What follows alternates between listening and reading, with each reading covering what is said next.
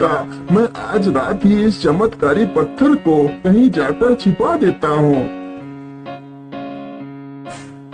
आधी रात होते ही उसकी पत्नी सो जाती है। मोहन चुपचाप उठता है और पत्थर लेकर जंगल की तरफ निकल पड़ता है। तभी एक चोर की नजर मोहन की चमकदार संदूक पर पड़ती है। अरे, यह आदमी इस बक्से में क्या ले जा रहा है? चलो चलो इसका पीछा करता हूँ। मुझे लगता है इसमें कोई कीमती वस्तु है।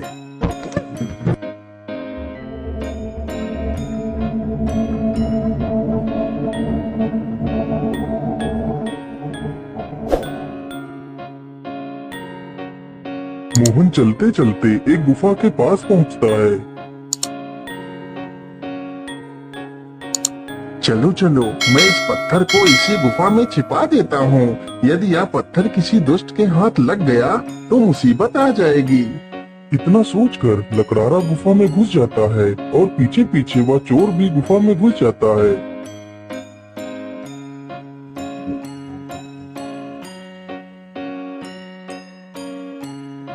हाँ हाँ, यही स्थान सही रहेगा। चलो चलो, इसी स्थान पर इस पत्थर को छिपा देता हूँ। लेकिन उससे पहले मैं इस पत्थर से थोड़ा सा धन मांग लेता हूँ।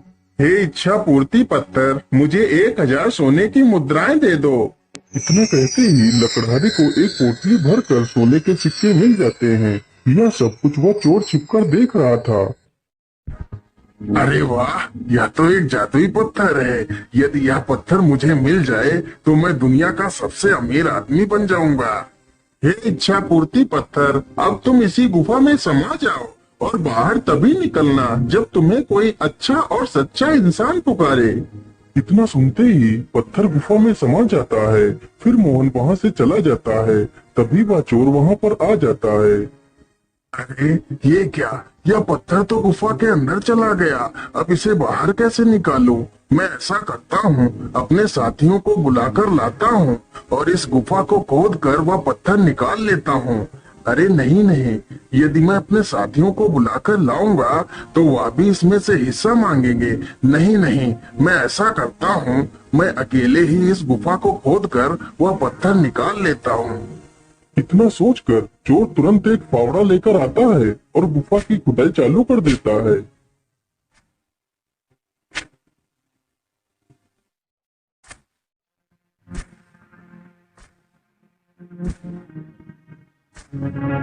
अरे बाप रे बाप, यह गुफा अकेले खोदना तो मेरे बस की बात नहीं है। मुझे कुछ ना कुछ तो युक्ति लगानी ही पड़ेगी। क्या करूं क्या करूं?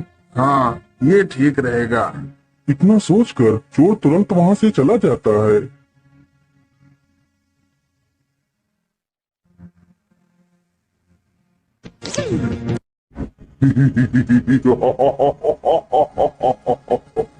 अब मैं पूरे गांव को खत्म कर दूंगा।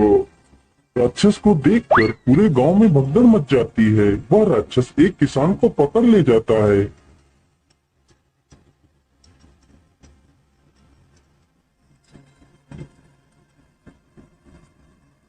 अरे ओ किसान, तुझे मार दूं या फिर तू जिंदा रहना चाहता है?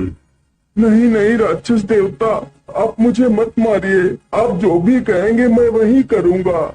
तो फिर ठीक है, जल्दी से इस गुफा की खुदाई करना चालू कर दो। जब तक तुम्हारे हाथ चलेंगे तब तक तुम्हारी सांसें चलेंगी। किसान तुरंत ही गुफा की खुदाई करने लगता है। उस राक्षस के वेश में कोई और नहीं बल्कि वह चोर ही था। इसी प्रकार वह हर रोज गांव में राक्षस बनकर जाता और किसी न किसी व्यक्ति को उठाकर ले आता।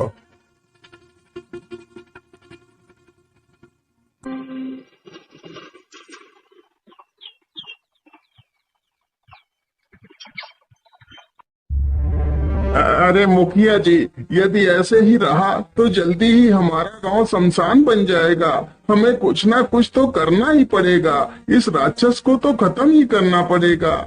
हाँ हाँ मोबिया, तुम बिल्कुल ठीक कहते हो। हमें इसका कोई ना कोई हल तो निकालना ही होगा। चलो चलो, हम पहाड़ी वाले साधु बाबा के पास चलते हैं। वह जरूर हमारी मदद करेंगे। बाबा, आंखें खोलिए बाबा, हमारी मदद करिए बाबा। आप लोग कौन हैं और आप लोगों को क्या मदद चाहिए? फिर सारे गांव वाले उस साधु को सारी कहानी सुनाते हैं। आप लोग चिंता ना करिए, वह राक्षस तुम्हारा कुछ नहीं बिगाड़ पाएगा।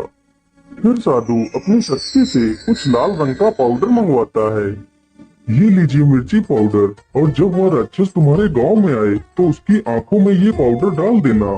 फिर वह राक्षस अपने वास्तविक रूप में आ जाएगा। फिर तुम लोग उसे आसानी से मजा चखा सकते हो। फिर सारे लोग साधु से मिर्ची पाउडर लेकर चले जाते हैं।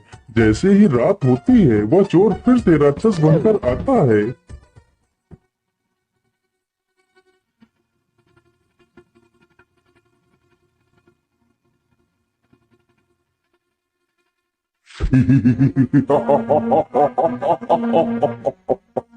अब मैं तुम सबको खा जाऊंगा।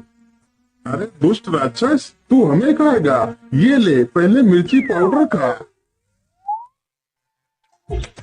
अरे हाय हाय रे, बाप रे बाप, मुझे मार डाला। इन दुष्ट गांव वालों ने मेरी आंखें